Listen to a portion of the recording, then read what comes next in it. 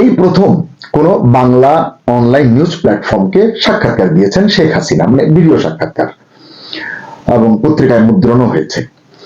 কলকাতার দ্য ওয়ালের সঙ্গে কথা বলেছেন তিনি। এই সাক্ষাৎকারটি নিয়েছেন দ্য ওয়ালের নির্বাহী সম্পাদক অমল সরকার, একজন সিনিয়র সাংবাদিক। এই সাক্ষাৎকারে অনেক গুরুত্বপূর্ণ এবং নীতি নির্ধারণী কথা বলেছেন শেখ হাসিনা, আওয়ামী লীগের সভাপতি। এর মধ্যে সবচেয়ে গুরুত্বপূর্ণ হলো এই প্রথম তিনি আওয়ামী লীগের ভবিষ্যৎ নেতৃত্ব নিয়ে কথা বলেছেন। নিশ্চয়ই আপনি জানতে চাইছেন যে কি বলেছেন শেখ হাসিনা, কে হতে যাচ্ছেন দলের নতুন নেতা, ভবিষ্যৎ নেতা। এ প্রসঙ্গে সাংবাদিক অমল সরকার আওয়ামী লীগ সভাপতিকে প্রশ্ন করেছেন তার ছেলে সজীব ওয়াজেদ জয়, মানে প্রধানমন্ত্রীর পুত্র, সাবেক প্রধানমন্ত্রীর পুত্র সজীব ওয়াজেদ জয় কিংবা কন্যা সাইমা ওয়াজেদ পুতুল, এই দুজনের মধ্যে কাকে তিনি আওয়ামী লীগের ভবিষ্যৎ নেতা হিসেবে চিন্তা করছেন বা ঠিক করছেন বা করবেন, নাকি নতুন কাউকে বেছে নেবেন তিনি এবং তার দল।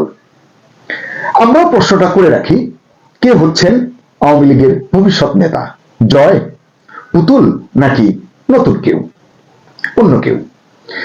আগেই বলেছি সাক্ষাৎকারটি একটু ব্যতিক্রমী এবং গুরুত্বপূর্ণ, কারণ এখানে শেখ হাসিনা বর্তমান এবং এই সময়ের রাজনীতি বা পরিস্থিতি নিয়ে শুধু কথা বলেননি, ভবিষ্যতের রাজনৈতিক দিক নির্দেশনা দিয়েছেন। তাও এমন এক সময়ে যখন আওয়ামী লীগ দেশে কার্যত নিষিদ্ধ, নেতাকর্মীরা ভয়াবহ চাপ এবং আক্রমণের মুখে, এবং দেশের সার্বিক রাজনীতি তথা ভবিষ্যৎ অনেকটা অনিশ্চয়তার মধ্যে রয়েছে, বলতে পারেন গভীর সংকটে।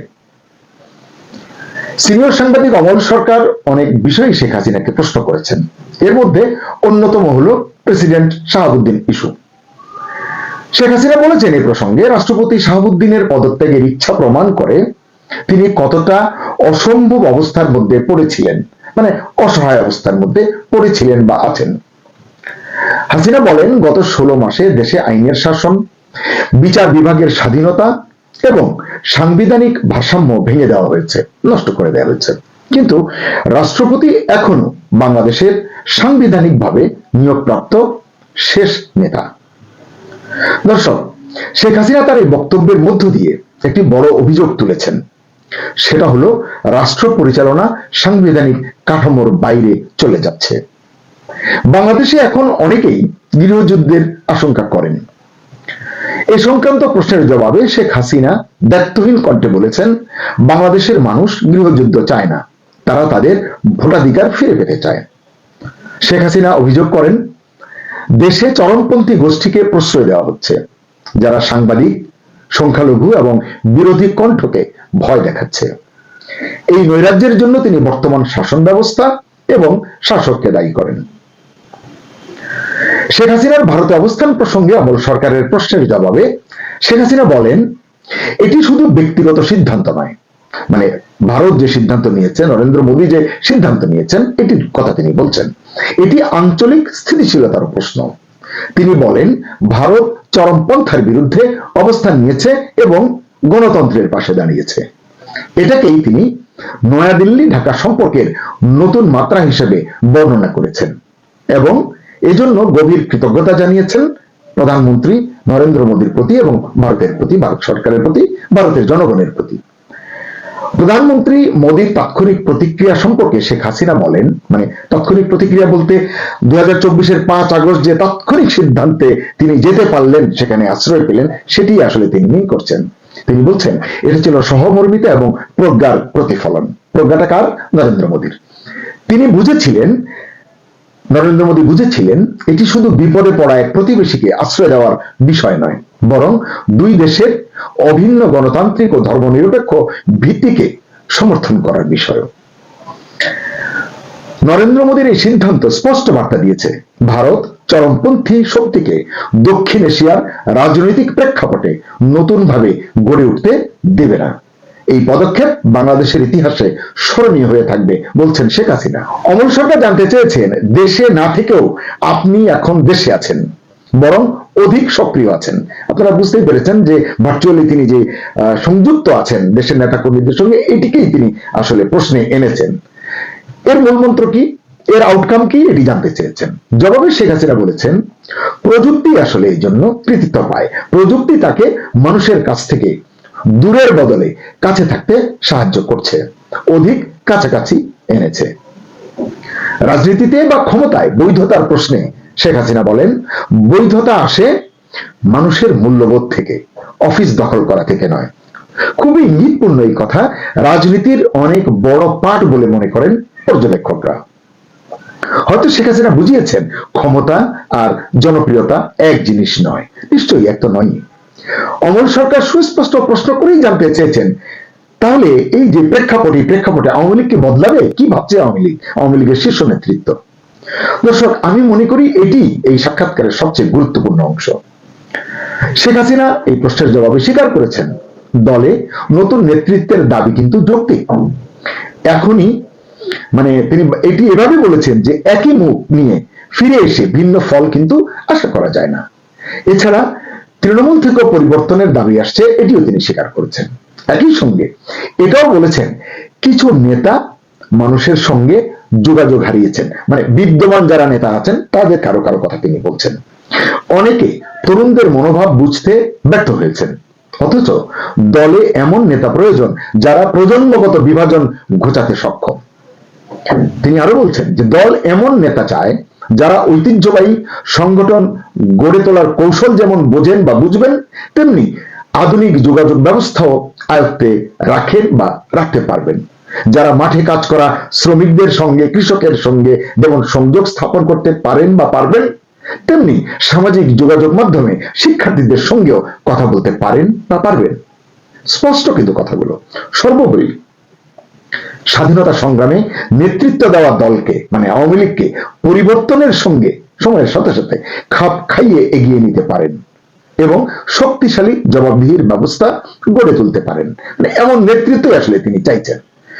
দর্শক নিশ্চয়ই বুঝতে পারছেন, এটা শুধু বক্তব্য নয়, কেবলই পলিটিক্যাল স্টেটমেন্ট নয়, এটা এর চেয়ে বেশি কিছু, কার্যত রাজনৈতিক আত্মসমালোচনা, যেটা শেখ হাসিনার জন্য এবং আওয়ামী লীগের জন্য এই মুহূর্তে খুব জরুরি বলে মনে করছেন অনেক পর্যবেক্ষক। এবার কথা শুনবো জয় পুতুল প্রসঙ্গে, কিংবা পরিবারতন্ত্রের প্রশ্নে, অথবা অন্য কেউ কি আসবেন আওয়ামী লীগের নতুন নেতৃত্বে, ভবিষ্যৎ নেতৃত্বে, সেটি জানতে চাইব। একথা ঠিক, আওয়ামী লীগেরও অনেকেই হয়তো চান হাসিনা পুত্র সজীব ওয়াজেদ জয় বা কন্যা সাইমা ওয়াজেদ পুতুল আওয়ামী লীগের নেতৃত্বে আসুন, এরকম একটি গুঞ্জন, এরকম একটি আওয়াজ কিন্তু আছে। এ বিষয়ে দ্য ওয়ালকে শেখ হাসিনা স্পষ্ট করে জবাব দিয়েছেন, বলেছেন আওয়ামী লীগ কোনো পারিবারিক দল নয়, লক্ষ লক্ষ মানুষের দল।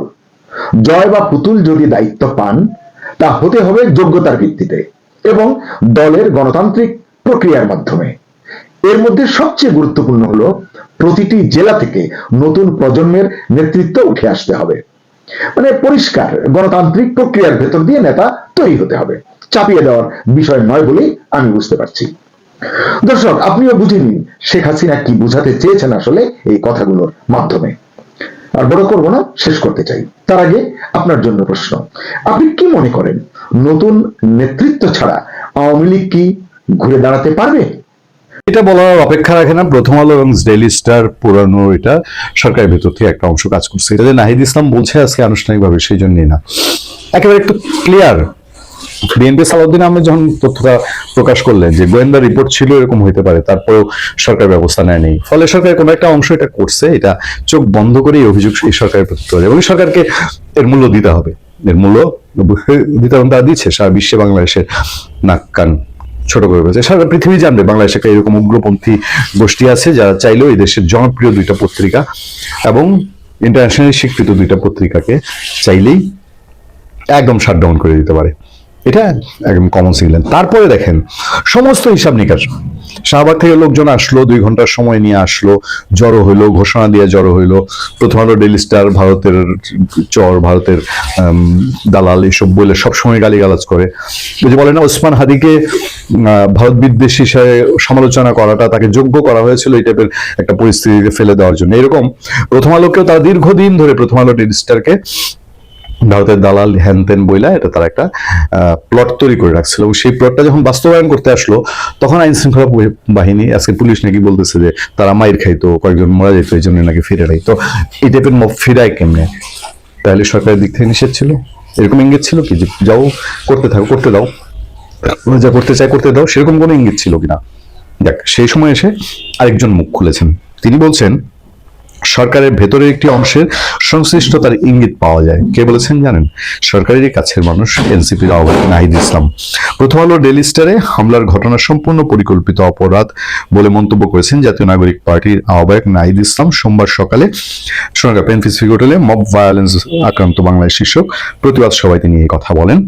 তিনি বলেন, জুলাই গণঅভ্যুত্থানের স্লোগান ও শহীদ শরীফ ওসমান হাদির নাম ব্যবহার করে হামলা চালানো হয়েছে, এতে সরকারের ভেতরে একটি অংশের সংশ্লিষ্টতা, রাজনৈতিক ব্যাকআপ এবং পূর্ব পরিকল্পনার ইঙ্গিত পাওয়া যায়। ওসমান হাদি মারা যাওয়ার আগে যা হয়েছে, মানে পরপর যা হয়েছে এবং এখনো হচ্ছে, সবকিছুই নাহিদ ইসলাম বলছেন এটা একটা পরিকল্পনার অংশ। এই যে নির্বাচন, ওসমান হাদিকে মারা যাওয়ার কজ ধরে, তাকে মেরে ফেলার কজ ধরে নির্বাচন বানচাল করতে হবে, এটাও কি তাহলে সেই পরিকল্পনার অংশ না? যে হাদি এইভাবে শেষ হয়ে যাবে, তারপরে এটা ধরে নির্বাচনটা বানচাল করবে, নির্বাচন না হওয়ার দাবি তুলবে। পরিষ্কার হয় কিনা হিসাব? নাহিদ ইসলাম সুষ্ঠু তদন্ত, দোষীদের বিচার নিশ্চিত করতে সরকারকে বাধ্য করার আহ্বান জানান। সম্পাদক পরিষদ ও newspaper owners association of Bangladesh, NOAB যৌথভাবে এই প্রোগ্রামটার আয়োজন করেছিল। বক্তারা বলেন, গণমাধ্যমের স্বাধীনতা রক্ষা ও গণতন্ত্রের বিকাশে সাংবাদিক, লেখক, বুদ্ধিজীবী, পেশাজীবী মানুষ ঐক্যবদ্ধ প্রতিরোধ এখন সময়ের দাবি। এই যে নাহিদ ইসলাম যে থলের বিড়াল বের করে দিলেন, গোমর ফাঁস করে দিলেন, এখন মামলা কার নামে হওয়া উচিত বলেন? প্রথম আলো অজ্ঞাতনামা 500 জনের নামে মামলা করেছে, কিন্তু সত্যিকারের মামলাটা কার নামে হওয়া উচিত? কারা এটা অর্ডার দিয়েছে, নির্দেশ দিয়েছে কে? কারা পেছন থেকে আইন শৃঙ্খলা বাহিনী যেন কাজ না করে সেইটা মেকানিজম করেছে? তাদের নাম কি কখনো বের হয়ে আসবে? সবচেয়ে ধিক্কার লাগে, সবচেয়ে লজ্জা লাগে, প্রথম আলো ডেইলি স্টার ছাপছেন তো, লিখছেন তো, সাংবাদিকতা করতে দিচ্ছেন না কেন? আপনারা বের করেন না, কত কিছুই তো গোমর উন্মোচন করেন, আপনারা বের করেন আপনাদের অফিসে কে কে কোথায় বসে প্লটে গেছে। খুব কি কষ্ট, আমাকে অ্যাসাইনমেন্ট দেন, আমাকে অ্যাসাইনমেন্ট দেন, নির্দিষ্ট টাইমটা দিয়ে দিবেন, আমি তদন্ত করে বের করি, ইনকোয়ারি করেছি তো আপনাদের সঙ্গে বহু নিউজ শেয়ার করেছি, বহু কিছু নিয়ে আলোচনা করেছি। আপনাদের তুখুর রিপোর্টার এখনো বেশ কয়েকজন আছে। বিষয়টা কি জানেন? ভীতি, প্রচন্ড ভীতি। আমি প্রথম আলোর দায়িত্বশীল নিউজ ম্যানেজমেন্টের একজন, আমি আর তাকে নাম ধরে ছোট করতে চাই না, এক সময় ওই 96 আওয়ামী লীগ গভর্নমেন্টের সময় নির্যাতিত একজন সাংবাদিক, আওয়ামী লীগ সরকার দিয়ে প্রচন্ড নির্যাতিত একজন সাংবাদিক। আমার